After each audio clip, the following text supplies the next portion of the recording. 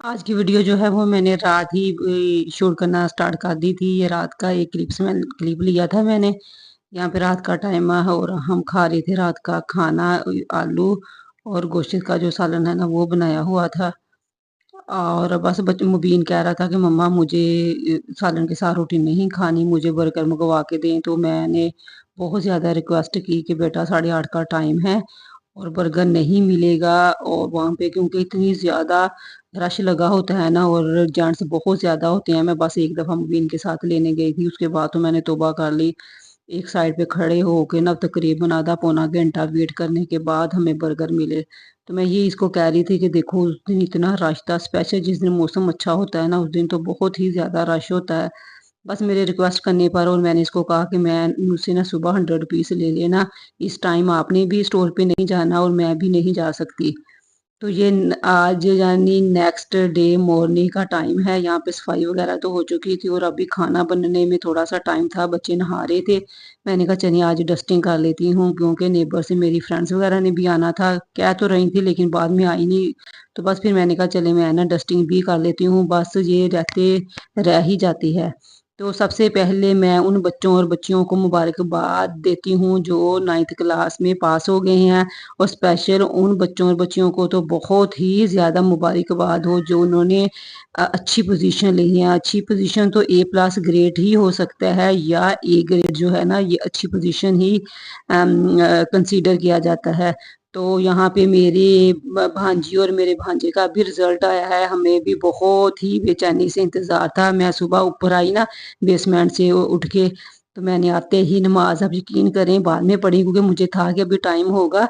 तो मैंने पहले देखा कि मतलब चेक करूँ, बस ना मोबाइल पे लेके बैठ गई कि ले जाओ, उसका क्या हो ना गया? नंबर जो है इधर ना जाओ। वो निकालती हूँ कि रिजल्ट हो गया, क्योंकि कह रहे थे ना कि 12 बजे के बाद इधर रात नहीं के आना। रिजल्ट जो है ना वो आप देख सकते हैं। भागो नीचे। लेकिन ऐसा कुछ भी नहीं हुआ। फिर मैंने नमाज पढ़ी, कुरान पाक पढ़ा, बस घर के कामों में लगी रही। और तब याद ही नहीं रहा अफरा तफरी में। और अचानक मेरी ना सिस्टर का फोन आया कि ना मेरे भतीजे ने जो है ना अच्छे मार्क्स लिए हैं, लेकिन इस दफ़ा मुझे, बल्कि इस दफ़ा क्या हर बार ऐसा ही होता है कि एक्सपेक्टेशन से कम ही नंबर आते। हालांकि मैं खुद ट्यूशन पढ़ाती हूँ, मेरी एकेडमी भी है। मैंने तो तकरीबन यही देखा है कि बच्चे जो बताते हैं इतना होपफुल होते हैं बच्चे कि हम 500 से क्रॉस कर लेंगे, हम इतने मार्क्स ले लेंगे। तो हम हमेशा बच्चे जो है ना डिस्करेज ही होते हैं। बहुत ज़्यादा बच्चों को दुख होता है। इस दफ़ा भी मेरी भतीजी है, वो मतलब काफ़ी ब्रिलियंट स्टूडेंट है और बहुत ज़्यादा होपफुल थी कि फूफो मेरे तो ना 500 से अबव मार्क्स आ जाएंगे। और मेरा भांजा भी ऐसे ही एक्सपेक्ट कर रहा था, लेकिन दोनों के उनकी एक्सपेक्टेशन से बहुत कम मार्क्स आए हैं। मेरी जो भतीजी है उसके 402 मार्क्स आए हैं और मेरा जो भांजा है उसके भी 400 के ऑलराउंड ही मार्क्स आए हैं। लेकिन मेरी भतीजी जो है वो तो बहुत ज़्यादा रो रही थी, बल्कि कह रही थी फूफो पता नहीं इन्होंने पेपर कैसे चेक किए हैं। लास्ट टाइम भी ऐसे ही हुआ, मेरे भतीजे का भी रिजल्ट ऐसा ही आया, वो भी बहुत ज़्यादा होपफुल था। और अब यकीन करें मेरे पास भी बच्चे हैं जो बहुत ज़्यादा होपफुल होते हैं ना, मुझे भी होता है कि ये बच्चा तो 500 क्रॉस कर लेगा, वो उतने मार्क्स नहीं लेता।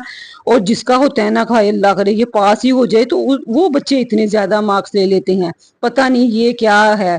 तो यहाँ पे सारी घर की सफाई जो है ना वो मैं कर चुकी थी, डस्टिंग भी मेरी हो गई थी अल्हम्दुलिल्लाह। इस तरफ से मैं सेटिस्फाई थी कि अब ना मेरी ये काम जो है ना वो ख़त्म हो गया है। बच्चों ने भी नहा लिया था, बस वो अपने मोबाइल में बिजी हो गए थे। और मुझे बनाना था दोपहर का खाना। दोपहर के खाने में हमारे घर में 100% चावल ही बनते हैं। इतना बच्चों को कंफर्म हो गया है कि फ्राइडे वाले दिन वो पूछते नहीं है कि मम्मा क्या बनना है, बस उनको पता होता है कि चावल ही बनेंगे, पुलाव बन जाए, चना पुलाव, चिकन जो भी है। सम टाइम अगर मैंने कभी चिकन कढ़ाई जैसी कोई चीज बनाई है ना तो इतना हैरान हो के पूछती है मम्मा ये क्यों बनाई है। तो मैं हंस पड़ती थी, मैं कहती थी क्यों ये नहीं बन सकती, कि मतलब फ्राइडे वाले दिन इतना उनको पक्का होता है कि आज तो मम्मा ने राइस ही बनानी है। हालांकि वो चिकन कढ़ाई भी बहुत शौक से खा लेती हैं, लेकिन ज्यादा उनको प्रेफर वो करते हैं कि चावल जो है ना वो ही बने।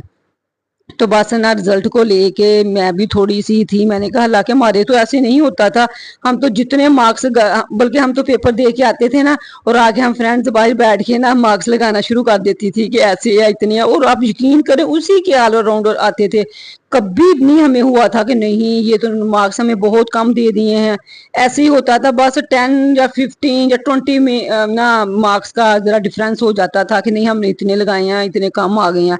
लेकिन आजकल बच्चे इतने, मतलब ये नहीं है कि वो अपने से कह देते हैं, वो 100% होपफुल होते हैं। मैं खुद पेपर चेक करती हूँ, मैं खुद इतने साल से जिस बच्चे को पढ़ा रही होती हूँ कि तो एक टीचर को भी तो अंदाजा होता है ना, तो फिर स्कूल टीचर्स भी उस बच्चे को डांट रही होती हैं। मेरे पास एक बच्चा था, उसने ना 512 मार्क्स लिए, तो मैंने भी उसको कहा, लेकिन मैंने तो इतना नहीं कहा, लेकिन वो नेक्स्ट डे बता रहा था कि मुझे टीचर्स ने भी बहुत डांटा कि हम तो एक्सपेक्ट कर रहे थे कि तुम्हारे 540 की लाइन में मार्क्स आएंगे, तो ये तुमने क्या किया, ये वो। तो बच्चा फिर बहुत ज्यादा परेशान हो जाते हैं।